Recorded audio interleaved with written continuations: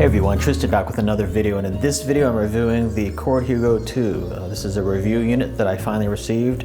I've been listening to it for about a week now, and I want to refer you to the prior video I did talking about it, because I have actually heard this at a show, and I did a comparison between this and the Hugo TT, as well as talking a little bit about the Mojo as well in a prior video. So check the link for that in the top right of your screen. And because my impressions haven't changed after having had this in-house and done some pretty serious listening to it and comparing it with the Hugo TT as well as the Mojo, my impressions haven't really changed. So I'm in some ways happy to report that my initial impressions on listening to the Hugo 2 at a show were actually pretty spot on and pretty accurate, even though it was a show environment and a little bit of a noisy room.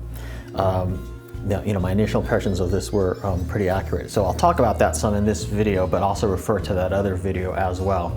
Let's go ahead and show you the box that this comes in. So this is the box that it comes in. The Hugo 2 is made by Chord Electronics in Great Britain, in England. It comes in a nice box here. And also one of the things that's nice about it is it comes with a remote control as well. So it's sort of a unit that you can use in a permanent installation in your desktop in your home if you want to, and you have a remote control here. The remote control feels a little plasticky and a little cheapy. And also I have to say, in terms of that, for this being an over $2,000 unit, it is a little bit, it's nice in terms of the build quality because it's all like aluminum. It's got an aluminum construction, but it is a little disconcerting, and hopefully you can see in this video, you can kind of see through the seam here. Let me get it to focus. You can kind of see through the seam here. I don't know if you can see that. See the LEDs are kind of shining through the little seam right here. So where the two sort of pieces of aluminum come together, that you can really see very evidently, and you can see that in the dark really a lot. So that's a little bit disconcerting. It doesn't fit together like 100% perfectly, at least this unit. Maybe they have improved things a little bit.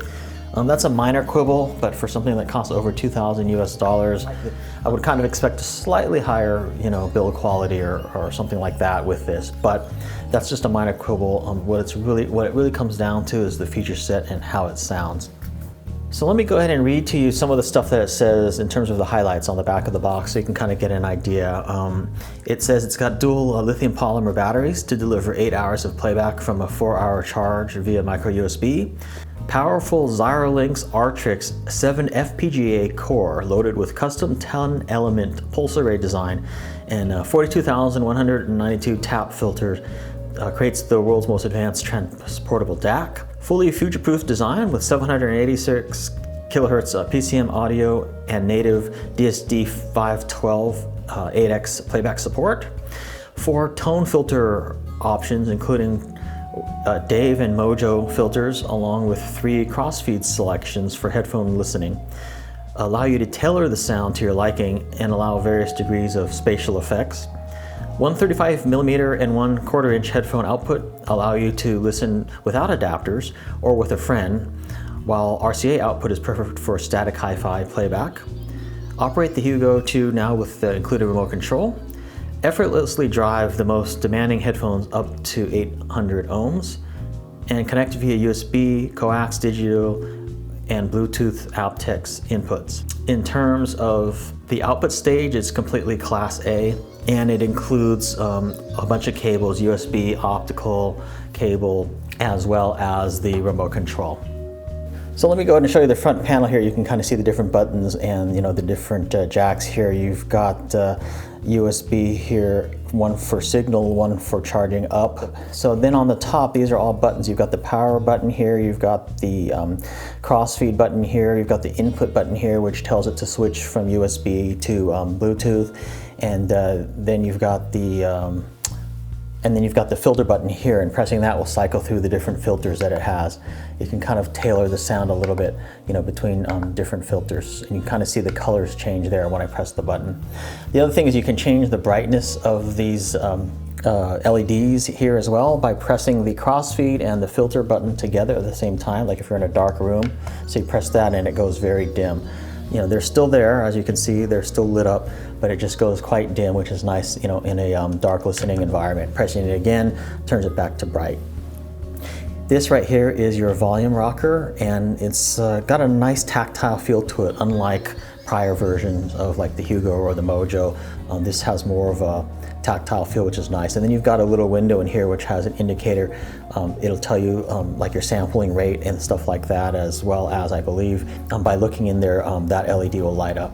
Now let's go to the other panel on the back, and you can kind of see here the inputs and outputs. You've got a 1/4 inch headphone output jack, 3.5 millimeter output jack for headphones. Then you've got left and right RCA outs for using with powered speakers or a preamp or something like that in your home. You've got a coaxial mini input as well as an optical input as well. So all in all, this is a nice package. It does fit nicely in the hand. It's pretty light. So the Hugo TT is really something that's made to be transportable or used permanently in your home, or both. So, you know, it kind of does both actually equally as well.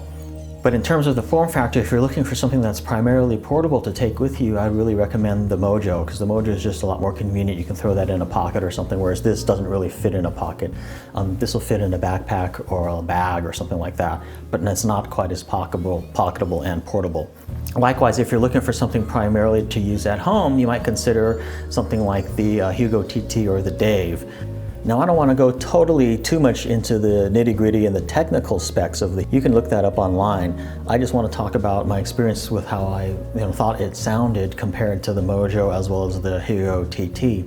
I will come out and say that between those three devices, the Chord Mojo, the Hugo 2, and the Hugo TT, the Hugo 2 sounds the most brittle to me. It doesn't sound quite as euphonic to me and quite as warm. Although out of all three devices, it has the most digital taps in the FPGA. So to me, that just goes to show you that more taps aren't necessarily better in terms of the overall sound. I mean, certainly some may prefer the sound signature to this than the Mojo or the Hugo TT, but I found the Hugo 2, although to be quite resolving, it tends to sound a little bit brittle and lean to me compared to both the Mojo as well as the Hugo TT. So my favorite out of the three devices is the Hugo TT still.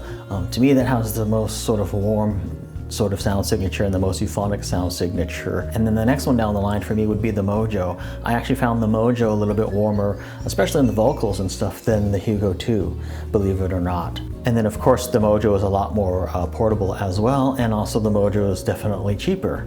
So those are things to consider. You know, if you're looking for something that is going to be portable and also cheaper, you might really consider the Mojo, because literally I prefer the sound out of it than I do with the Hugo 2. Although technically the Hugo 2 is going to be more resolving in terms of the overall enjoyment and listening pleasure and euphonics, I prefer the Mojo, and again also prefer the Hugo TT over the Hugo 2.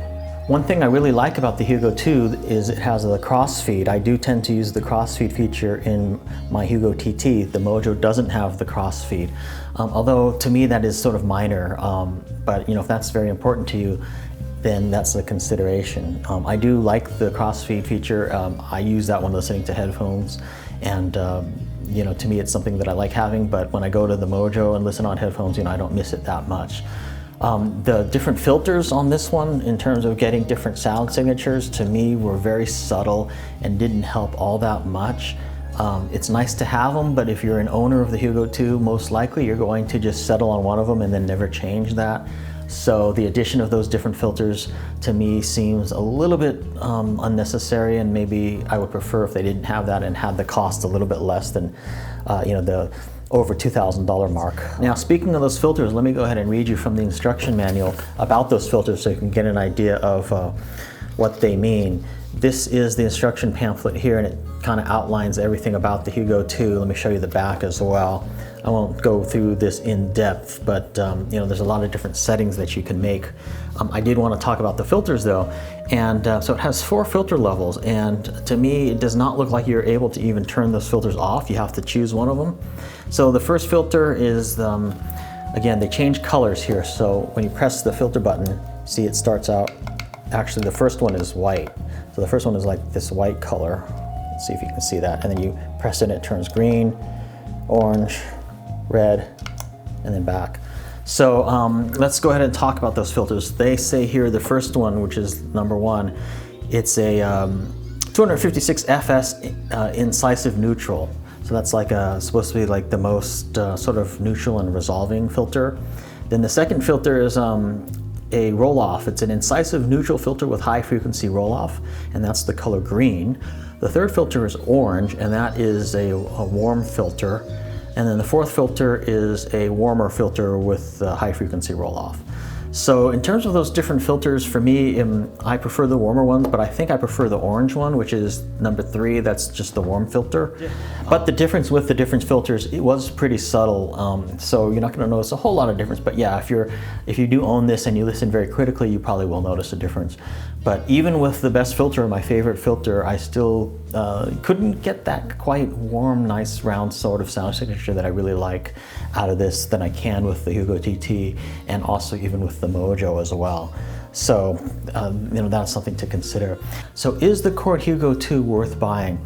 I would say that if you only are looking for one device that can kind of do it all, you can take it with you. You can listen to it on battery, around your house. You can plug it into your main home stereo. You can plug it into your desktop stereo system, and you don't want to buy any other devices or don't own any other DACs or anything like that, then yes, I would say the Hugo 2 is probably the one to get.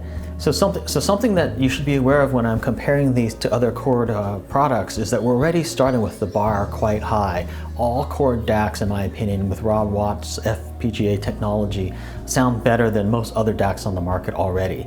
So that's something to be aware of. You really almost can't go wrong with almost any of the Chord DACs, in my opinion, because they all just sound, to me, a cut above them. That being said, is the Chord Hugo 2 worth it when you're comparing it to, say, the Mojo or the Hugo TT? I would say that if you're looking for one device, kind of a do-it-all device, something that's transportable, but also something that you can plug into your home setup, then yes, the Chord Hugo 2 is worth it. But for me, in terms of listening portably, the Hugo doesn't take the place of my Mojo, and for listening in my desktop audiophile sort of reference setup, the Hugo 2 doesn't take the place of my Hugo TT.